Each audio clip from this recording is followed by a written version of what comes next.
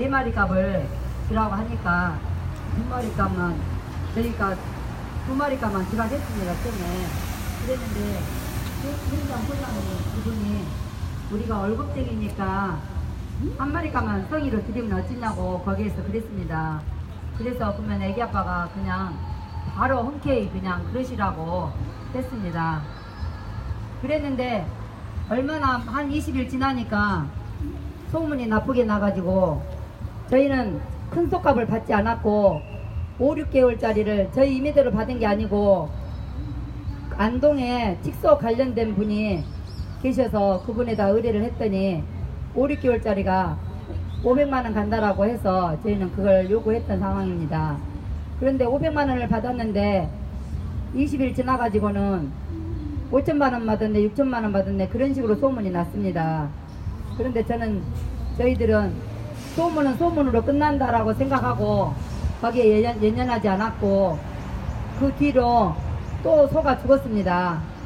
그런데 3마리가 죽어서 저희들이 소 죽었다 하면은 서로 인정을 못할 것 같아서 국방부나 쌍용 그분들을 오시라 해가지고 직접 눈으로 보시게 했습니다. 근데 중간만쯤 군복 입고 들어가시니까 저희 소들이 이리저리 몰리고 우왕좌왕 하면서 소들이 튀고 그러니까 이성수 대령님이 야 안되겠다 다시 나가자 그래가지고 그분들이 다시 나갔습니다. 나오셔가지고 하시는 말씀이 농가가 참 안타깝다 이렇게 피해가 나서 처음에 영구 방원벽이 아예 그 설계가 들어가지 않았습니다. 그래서 소가 그렇게 죽어가니까 저희 애기아빠가 영구 방원벽을 해달라고 요구를 했습니다. 그래서 영구 방원벽 해준 조건으로 애기아빠가 확약서도 써줬습니다. 어떤 그냥 그 사람이 견딜 수 있는 범위 내에서는 참고 견디겠느라고 확약서를 써줬습니다. 그리고 이성수 대령님이 소 죽은 부분은 쌍용건설하고 국방부하고 협의를 해가지고 충분하게 보상을 해준다라고 말씀하셨습니다. 그리고 저희들은 그동안에 소가 또 계속 죽었고 중간중간 소 죽은 거를 현장에 관계되신 분들을 보여드리고 사진 찍고 다 그랬습니다. 그랬는데 어떻게 날마다 일하신 분들한테 스트레스 받게 맨날 소 죽었다고 그것도 하기 그렇고 그래서 저희들이 자료만 좀 남겼습니다.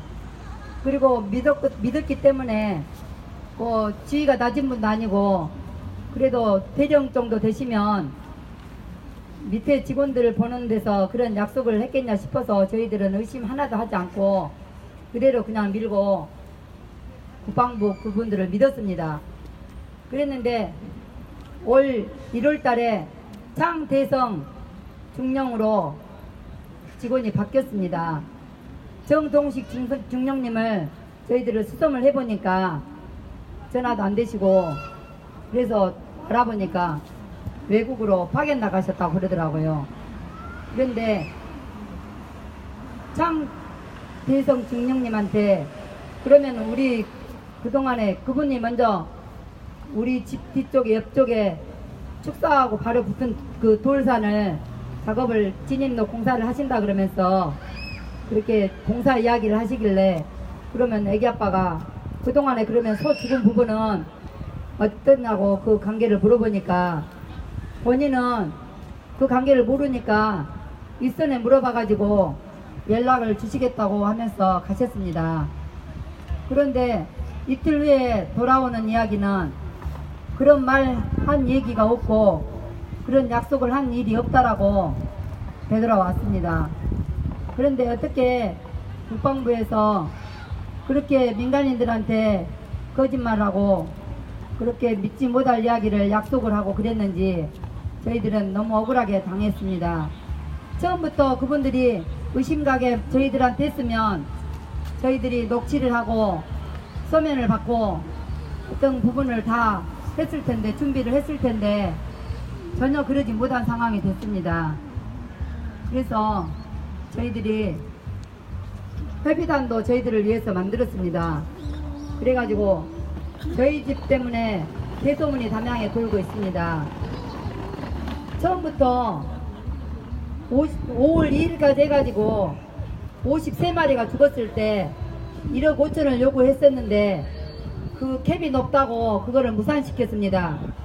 그래가지고 5월 10일 날 또 2차를 했는데 거기에서는 그 장대성 중령님도 그랬고 협의단에서도 그랬고 여러 번 만나지 말고 한 번에 몰고 가자. 12월 30일까지 공사가 끝난다 하니까 서로 만나는 것도 불편하고 사람 만나기 어려우니까 그냥 한 번에 가자. 그래서 애기 아빠가 그것은 아니다. 그거는 협상을 안 하겠다 소리다. 그러면서 처음에는 애기 아빠가 많이 화를 냈습니다. 나를 도둑놈으로 보는 격밖에 안 된다.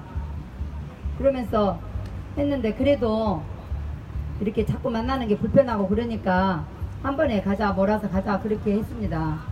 그래서 그러면은 3억을 말을 해봐라 이렇게 했습니다. 근데 5월 16일 날 3차 회의할 때 그 이야기를 하니까 캡이 높다 그러면서 무산했답니다. 그런데 이 국방부에서 너무너무 저희들을 무시를 했고 처음부터 공청회를 안 한 것부터 시작해서 선영을 어떤 사람을 위해서 편파적으로 계속 1차에서 2차, 2차에서 3차 저희 집 한 집으로 몰아줬고 담양 국민의 1%든 안 된 숫자 가지고 7명의 설명회를 제가 공개 요청을 했습니다. 정보 공개 2번을 했는데 2번 다 안 해주셔서 제가 다시 3번째 서류를 넣으려고 군 민원실을 갔습니다. 자체행정과를 갔습니다. 그랬더니 군에서 해준 부분이 있고 국방부에서 해줄 부분이 있다고 하면서 그것을 저희들이 다 답변을 못한다고 하면서 그러길래 저희들은 서면을 넣을 때 하도 사람들이 못 믿게 하니까 저희들 손으로 직접 만지고 갖고 오고 싶어서 그걸 바로 저희들이 직접 받겠다라고 했는데 그게 잘못된 게 저희는 군에다가 이 서류를 넣었으니까 군에서 받을 줄 알았습니다.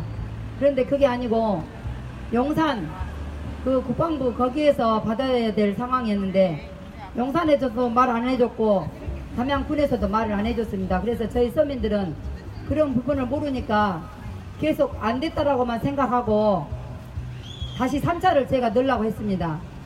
그랬는데 결과를 다시 보내줘서 제가 시골에 사니까 좀 불편함이 있으니까 등기로 좀 보내주시면 안 되냐고 그 주무관님한테 말씀을 드리니까 그러면 보내주시겠다고 해서 받아봤는데 어이없게도 7명의 설명회를 해가지고 도장을 받아서 이 비밀부대가 들어왔습니다. 왜 비밀부대냐? 지금 다 입주를 하고 군인들도 다 돌아다니고 저녁에 야간 그 보초도 쓰고 그러고 있습니다. 그런데 지금까지도 어떤 부대라고 밝히지도 않고 너무너무 불안한 상태로 저희들을 몰고 가고 있습니다. 아무리 국책사학이다 하지만 저희 한 집을 너무 소외시켰고 국방부가 이렇게 가정을 파탄시키고 짓밟았습니다. 그래서 우리 대통령님한테 너무 억울해서 좀 도와주시다고 이렇게 올라왔습니다.